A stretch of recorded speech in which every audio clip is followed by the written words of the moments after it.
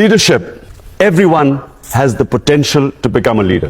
What makes a leader? The first and foremost is the vision. Leaders have dreams, and those dreams are beyond the self. There has never been a leader whose dream is concentrated on the self. So my great inspiration is the great Iqbal. Iqbal, in my opinion, was probably the greatest Muslim philosopher in the last 500 years. And he came up with this concept of a leader. He used the symbol of Shaheen, the eagle. And why did the eagle soar above everyone else, which is what makes a leader? Because the Shaheen, the eagle, broke away the chains that keep us grounded. So what stops us from achieving this great God-given potential are the various chains that make us tread the trodden path. So the Shaheen, the eagle, has great dreams. The difference is not talent. Difference is not education. Difference is that a leader dreams what others are scared to dream of. Dream the impossible. And then that dream is, as I repeat, is not based on the self. They always think bigger than themselves. It's either the nation, the society, and then they struggle to achieve that dream. The quality that distinguishes leaders is their ability to take pressure. Winston Churchill became a leader in Britain. When the biggest crisis was faced by the country, they looked upon someone who could take the pressure. How do you take pressure? When you struggle and when you have setbacks, you pick yourself up, you resume your struggle. Each time you pick yourself up, you get stronger. A Nelson Mandela, 27 years the man spent in jail. But his dream was not restricted to himself. He was offered everything. The apartheid regime offered him everything except what he wanted. One man, one vote. A leader never compromises on his dream. The moment you start a compromise, it's a downward spiral. So it's when you stick to your dream and take all the pressure which you have to achieve that dream, you build that resilience, the endurance, the strength. It's like physical exercise. The bigger weights you pick up, the stronger you get. The more you pit yourself against resistance, the stronger you get. But above all, no one has ever achieved anything who's always put himself before the society. So whether it was our great leader, Muhammad Ali Jinnah, Quaid-e-Azam, he was dying of TB. He never let anyone know that he was dying because he realized that he was the only one who could have achieved the dream of Pakistan. The dream for Pakistan was not for himself because he was already dying of cancer, of TB. The dream was something beyond the self. So was Gandhi, another great leader. Mandela, our Prophet, peace be upon him, the greatest leader. When he struggled for 13 years, every hardship he faced in these 13 years, and eventually when he headed the state of Medina, and all the hardships they faced, but when he was in the 10 years when he was at the peak of his power, the famous address at Arafat, where 100,000 people standing and him addressing them from the Mount of Arafat. And he asked the people, can you bear witness in front of God that I have conveyed his message to you? So the 100,000 people said yes. And then people started crying. They started crying because they realized that he had just come to deliver a message. The objective was not power. He still lived in that little house which was that Masjid al-Nabi, the little few rooms which he had when he came with nothing. So it was never for the self. And the moment he had achieved his mission, everyone cried because they knew that he was going to go. If you look at any big name, they had a bigger vision. So number one is the vision. Number two, a leader can only achieve his mission if he conquers his fears.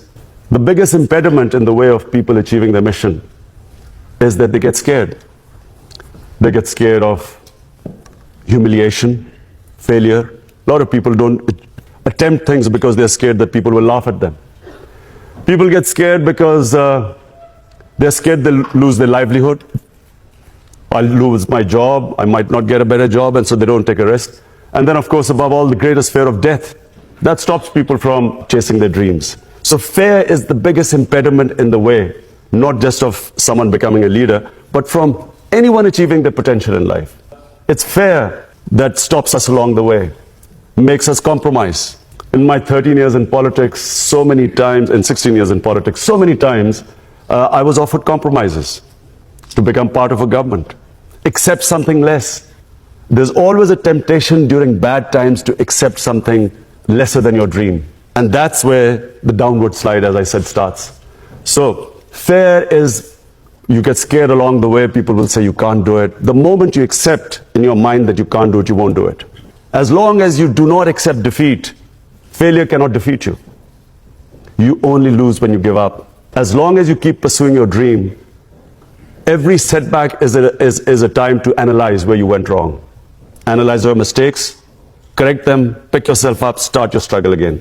One of the great attributes of a good leader is his ability to analyze where he went wrong. The ability to be their own best critic.